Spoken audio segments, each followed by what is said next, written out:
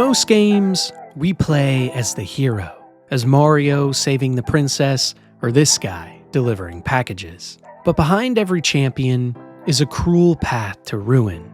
So today, let's take a look at the philosophy of games where, against all expectation, we forego the role of savior for that of the villain. Because after all, he who fights with monsters should look to it that he himself does not become one.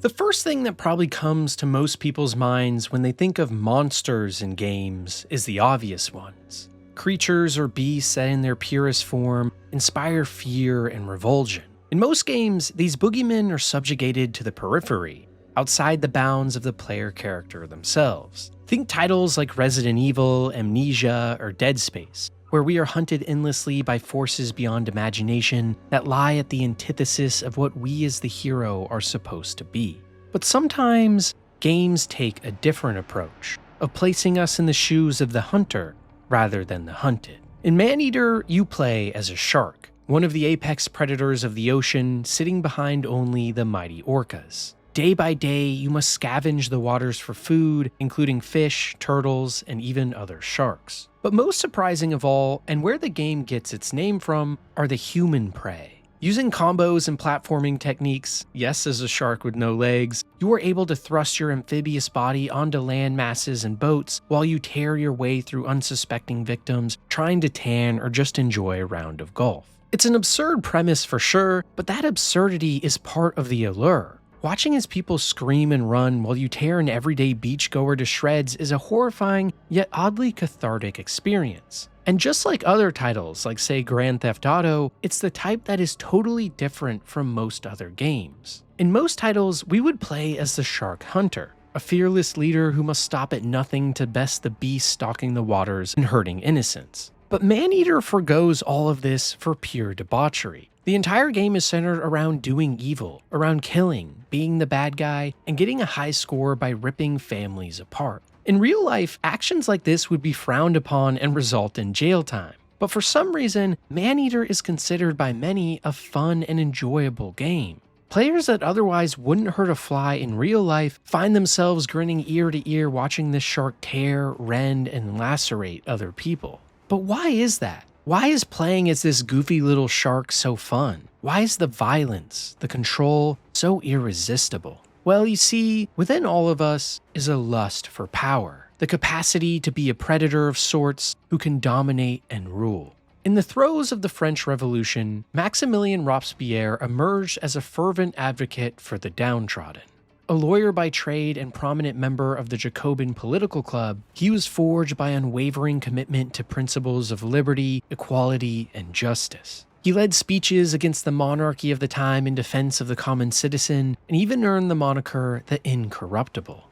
However, as the revolution intensified, Robespierre's power became a tool for his own ideology. As a leader of the Committee of Public Safety, he argued that virtue could not exist without terror. He wasn't just afraid of his adversaries, he saw them as fundamentally corrupt, as enemies of the people who stood in the way of a perfect moral republic. And so, between 1973 and 1974, he presided over the Reign of Terror, a period of mass executions he justified as a necessary, virtuous purge. He declared, "To punish the oppressors of humanity is clemency, to forgive them is barbarity." This was not a man corrupted by a simple lust for control. This was a man so convinced of his own incorruptibility that he believed any action, no matter how monstrous, was justified in service of his own ideals. He didn't just want to kill his enemies, he believed it was his moral duty to exterminate them.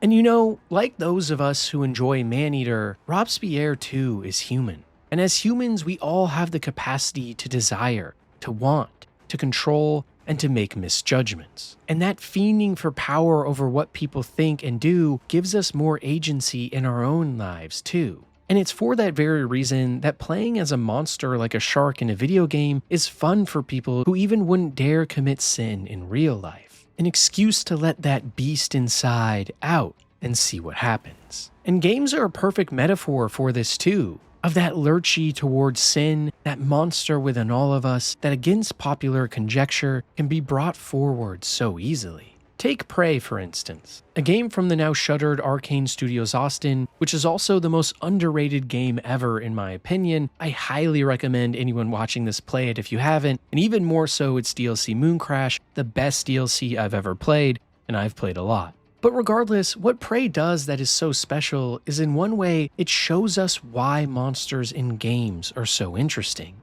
You see, early on in the title, you encounter an alien species known as the Typhon, which have the ability to transform instantly into small objects, throw things around with their mind, and even speak in horrifying riddles. All throughout the game, they can pose a great threat, and because of that, it's vital you continue to find neuromods to level up your character and become stronger as you take on more and more foes. But during this journey too, at some point, you unlock other types of abilities. Neuromod upgrades that don't simply increase your strength or sneaking, but give you the powers of the aliens themselves. The game even explicitly warns you at this point. Installing alien neuromods is a path from which you cannot turn back, but it makes that offer so much more irresistible. These aren't just cool abilities, they are elegant solutions to your most pressing problems. An impassable door? Transform into a coffee cup and roll through the gap. Overwhelmed by enemies? Unleash a blast of psychic energy. Each Typhon ability is a pragmatic answer to a challenge. The game,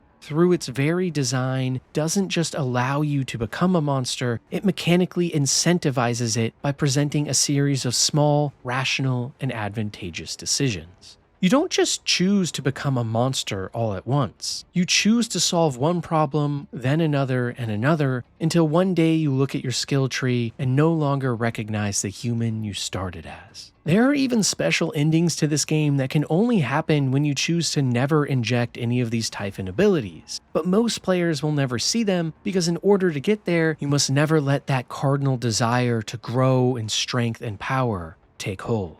Resisting for an hour is easy, for a couple doable, but over dozens and dozens of hours on any single playthrough, the allure of the Typhon and their magic is often too much. That lust for power, the ability to dominate and win, like Robespierre, becomes too enticing when we are met with an unrelenting force we must overcome, and thus we make up ideals and reasons for why becoming a monster is justified. It's easy to be a saint in times of good, but when tragedy strikes or disaster is on our doorstep, the desire for the monster inside all of us to come out, whether for protection or power, can be too much. Sometimes we want to be the predator rather than the prey. And games like Prey, with its fitting name and all, give us a chance to do so.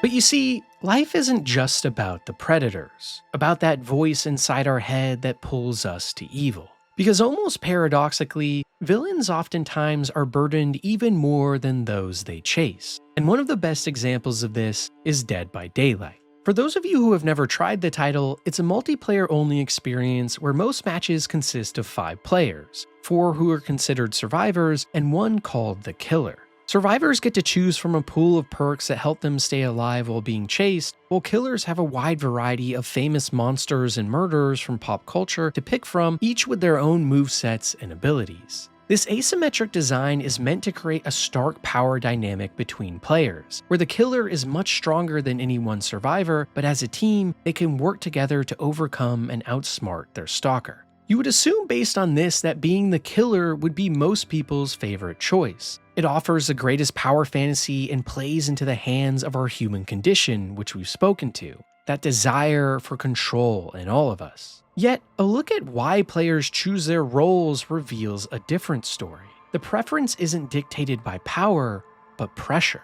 Or in other words, why would so many players choose to be weak?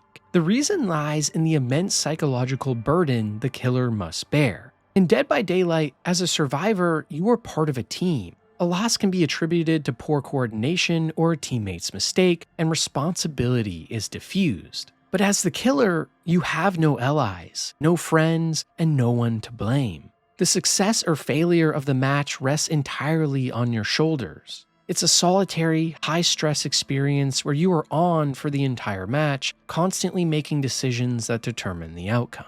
And furthermore, there's a fundamental knowledge asymmetry at play here too. A killer can master their character's abilities over hundreds of matches, but a survivor must learn to play against nearly 40 different killers, each with their own unique powers and strategies. The cognitive load on a survivor is broad, shallow, and by extension fun, while the load on the killer is deep, specialized, and relentless. The idea of having power is often even more rewarding than actually getting it, because as cliché as it sounds, with great power comes great responsibility. Oftentimes in our real lives, CEOs, politicians, and leaders are put in this exact situation. Individuals who gain almost all of the wealth for none of the actual so-called work. But the payment these people receive is not as a result of the work they are doing now, but rather the burden they put themselves under in the past and the burden of expectation in the present. Leaders, like monsters, must forego the safe lives that most live to instead be met with ridicule at every step for being an outsider. Inherently, to choose to be a monster is to choose to be different. A decision that the lust for power and control is greater than the need for validation and support. And this is why leaders are either always already or will in time become the villain, because they have chosen a path of ostracization in order to accomplish their dreams. A good leader, a good villain, a good monster is one that accepts the ultimate burden of an entire world turning their backs against them in service of an ideal even greater. And that's what makes the philosophy of a monster so fascinating to me. The ultimate selfish act of putting themselves and their ideals above all others, while from a different viewpoint, being the ultimately selfless figures. Those who believe so much in their cause and its righteousness that they are willing to sacrifice all of their humanity for it. In fact, it's why we like villains who make good points, because despite us hating them and their evil actions, we can't help but respect their fortitude and relentlessness. But regardless, at the center of all of this, of good and evil, lies a choice. And games, well, games are all about choices. In Maneater, you must kill. In Dead by Daylight, you must at some point hunt. But in other titles, that decision comes down to you.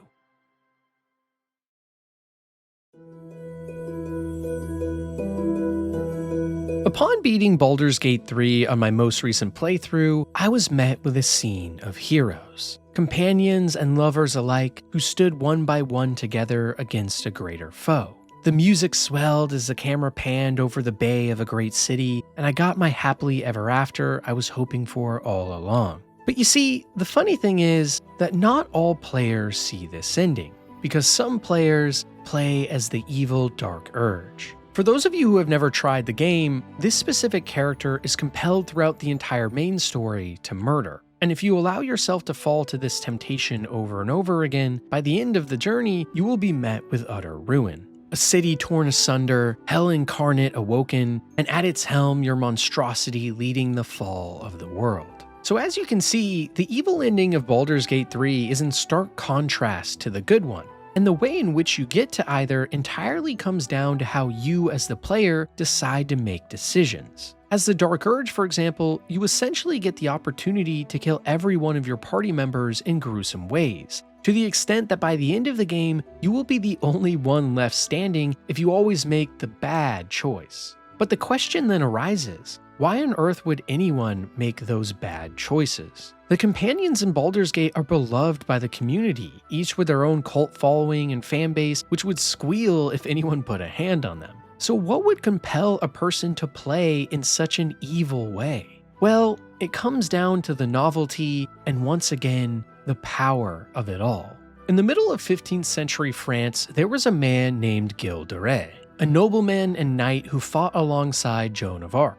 But his heroic military career paled in comparison to his now much more well-known life of unhinged and unimaginable cruelty. Behind his noble facade and during retirement, Duray used his vast wealth to indulge in a lavish lifestyle, where worst of all, secretly he engaged in the abduction, torture, and murder of a great number of children. Tales of his crimes began to spread all around France, as the veil of this monster was lifted and the people saw him for who he really was. Like, say, Epstein today, his case brought a fervor of hatred amongst the people who saw it, and eventually this led to his conviction of crimes in the publicized trials of 1440.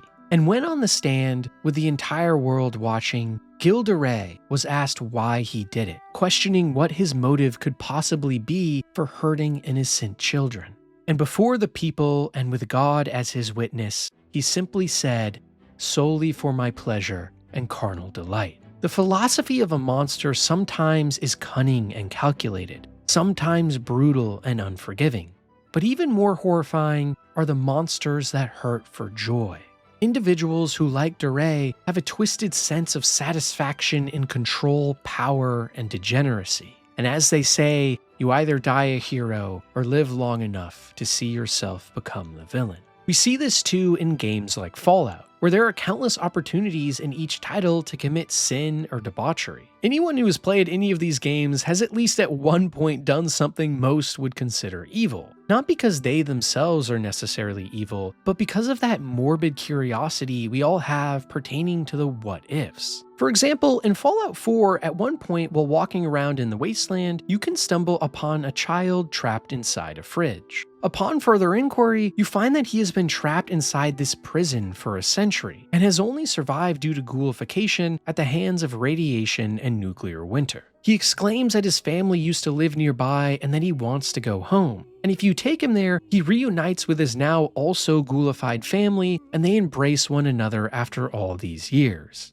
But during your trek back to his home, a band of slavers stops you along the way and offers you a large sum of money for the child. It's an absolutely absurd set of events, and one in which the evil option quite obviously is selling a child to slavery. And yet, many players can't help but sell the child just to see what happens. But why? Psychologists call this moral disengagement, and games provide a perfect environment for it. By framing the victims as just pixels, by reminding us it's just a game, and by placing the choice within the structure of a quest, games allow us to commit horrific acts to satisfy our curiosity without the burden of real-world guilt.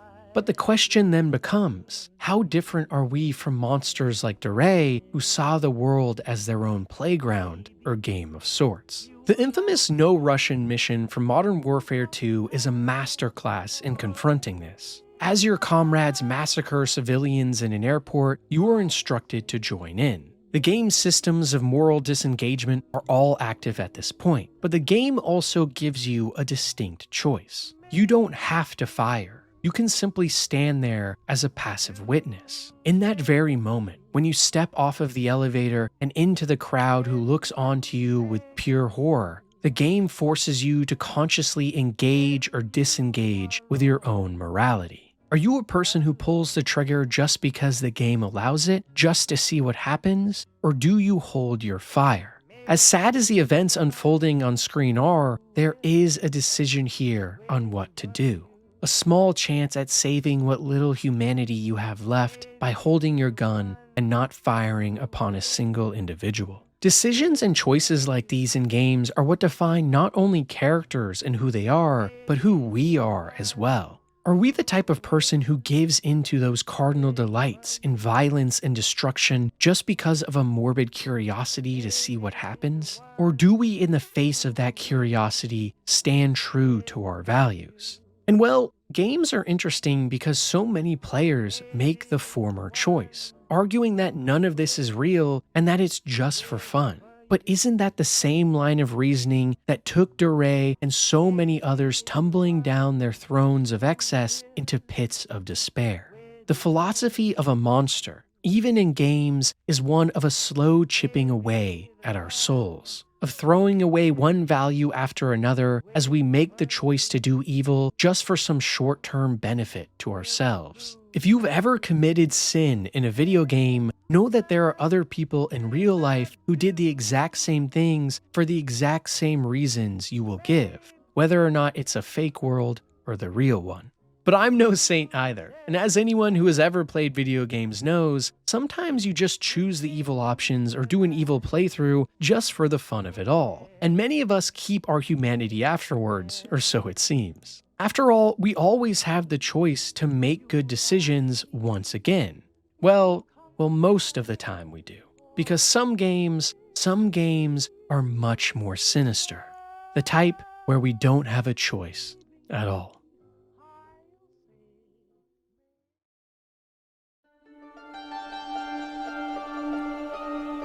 For as scary as monsters can be, most of them are quite forthright with their intentions. Xenomorphs from the Alien series are immediately and obviously ungodly just from looks alone. Predators like Gil de Rais and Epstein are known criminals who are creepy just to look at, and evil playthroughs in games are often comically sadistic or twisted to the point of almost being satire. Evil, villainy, and monstrosity almost always are obvious even at a glance. But there is a different kind of monster, one that should scare us all much more. The kind that doesn't even know it's a monster in the first place. A being or entity who lives in the shadow of its own destruction, playing out the tragedy of a life it never meant to endure. In Spec Ops: The Line, you play as United States Army General Martin Walker, leader of the Delta Force. You and your squadron have been tasked with going into a post-apocalyptic modern-day Dubai that has been hit by a massive sandstorm that has thrust the city into martial law and chaos. Earlier in the story, the 33rd Battalion of the United States was sent into the city to save the civilians, but they have not been heard from since. And so it's your job to enter the wasteland and figure out what's going on. At first, you stumble upon a group of rebels who are fighting against the 33rd, and immediately open fire on them to help your brothers in arms. But upon further inspection, it becomes clear that these rebels are actually being led by none other than the CIA. Confused, Walker and his group come to the conclusion that the rebels must actually be the good guys, and that the 33rd Battalion are evil. For hours and hours afterwards, Martin and his crew kill dozens of the 33rd Battalion, and as civilians start to fight back as well, scenes of horror unfold. At one point, a man on Walker's team is attacked by civilians on the street, and in retaliation, Delta Force opens fire on the people as they run and scream. Tragedy after tragedy unfolds one after another, while Martin Walker slowly begins to lose his mind, killing anything and everything in his path. But deep down, despite the horrors he has committed, he knows what he's doing is right. He is here to save Dubai, to save these innocent people, and has to work with the CIA to stop whatever the 33rd Battalion must be doing to them. But then, in the final moments of this title, Walker arrives at the headquarters of the 33rd looking for its leader, John Conrad. And in his place is nothing but a decaying body that has been dead since you have arrived. In terror, Martin Walker confronts the fact that none of this is real. Everything he thought he knew was wrong. You see, the true story is that initially when the 33rd Battalion came to save Dubai, they instead took control of the city for themselves. After the CIA got wind of this, they knew they would need to kill not only the 33rd Battalion, but all civilians inside in order to cover up the fact that the United States military had committed such evil. The rebels were created by the CIA as a splinter group to lead to the utter destruction of Dubai and all evidence. And the 33rd Battalion took up arms to protect the innocent civilians that were now under their care. Or in other words, you, the player character as Martin Walker, throughout the entire game thought you were the good guy, but in actuality became the very monster that you were most afraid of in the first place. And monsters like these are the most tragic. Heroes who fight to do what they think is right, but are misled into oblivion. In games, so often as the so-called hero, we kill, steal, and manipulate the world to our desires. Think about every RPG you've ever played. Think about the things you did to accomplish your goals in the main story. even presumably benign champions like, say, the hero of Azeroth in World of Warcraft had to kill thousands of animals minding their own business in the wild. Because you see, the story of heroes is often mired and stained by the acts they committed to get there. And almost always, these things are not seen as evil at all by the person committing the acts. In other titles, like Shadows of the Colossus, we take on the role of the Wanderer, who seeks to revive a young woman named Mono through the help of a savior spirit called Dorman. Dorman tells the Wanderer that they must slay the 16 great colossi terrorizing the world to save her. But after you do, it becomes clear that Dorman is actually an evil spirit, and that the colossi were guardian angels for the world. In Knights of the Old Republic, famously, you play the entire game thinking you are one of the greatest Jedi to ever live, a force for good in a universe filled with evil. But in a dark twist partway through, realize you are none other than Darth Revan, a Sith Lord who has committed sins beyond imagination before their memory was wiped. Games like these show us the true cost of being a monster. Show us the idea that oftentimes monsters and villains become the very things they fear, trying to fight against it. Ironically, in almost all the games we play, while we seek an admirable goal, how we get there is decidedly wicked. For example, while all Mario wants more than anything is to save the sweet princess, to get there, think of all the Goombas and other creatures he smashes and discombobulates with his feet. Inherently, oftentimes to fight for an ideal means to put yourself at risk of falling into the monstrosity that it entails. And games teach us that the real monster inside does not always reveal itself because of a desire for fun or power, but can even be manifested with the best of intentions. A hero who lives long enough to see themselves become the villain. In the thrust of the Second World War, Julius Robert Oppenheimer was tasked with building a nuclear bomb. A brilliant scientist and fierce believer in peace, he was told and started to believe himself that building this weapon was the only way to deter Hitler's Germany from using weapons of their own. He was driven by a duty not just to his country, but to humanity and to save us all from what he saw as forces of evil. The idea of such a powerful bomb even being possible was debated at the time, with some even speculating that the use of nuclear weapons would ignite the entire Earth's atmosphere and burn us all alive. But over countless months, Oppenheimer and a team of geniuses tirelessly worked to do the impossible, until they had done it.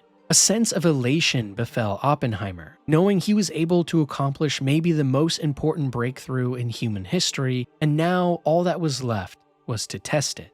But then, at the famous Trinity test site in New Mexico, live for him to see, they detonated the bomb for the first time. And as the raging fireball rose across the horizon, and the full extent and power of the destruction they had created became apparent, Oppenheimer's soul fled his body, and his heart sank. Before his very eyes was the work of the devil.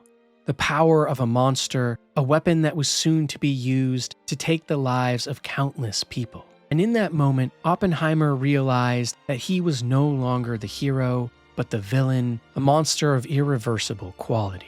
It is said that after seeing what he had done, he had nothing else to say but, "I've become death, destroyer of worlds." And for the rest of his life, he lived in the shadow of his former self, trying to repent for his sins. Monsters are a funny thing. They seem so callous, so evil, and so foreign from the outside. But the more we analyze these people, the more we look into why villains even arise in the first place, the more we look at games as a medium of philosophy, the more clear it becomes how complicated things really are.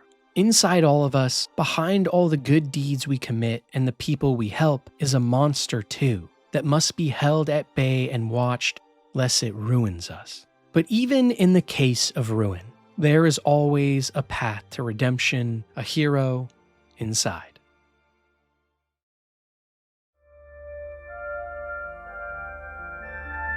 Because you see, at the end of the day, despite how evil humanity can be, despite the monster inside all of us that can arise through conscious or unconscious means, there too is a hero lying in wait. A light that fights against the dark, aiming for good against evil. You know, I've mentioned throughout this entire video games and historical lessons about the human condition, about how there is a part of us that wants violence, power, and to manipulate.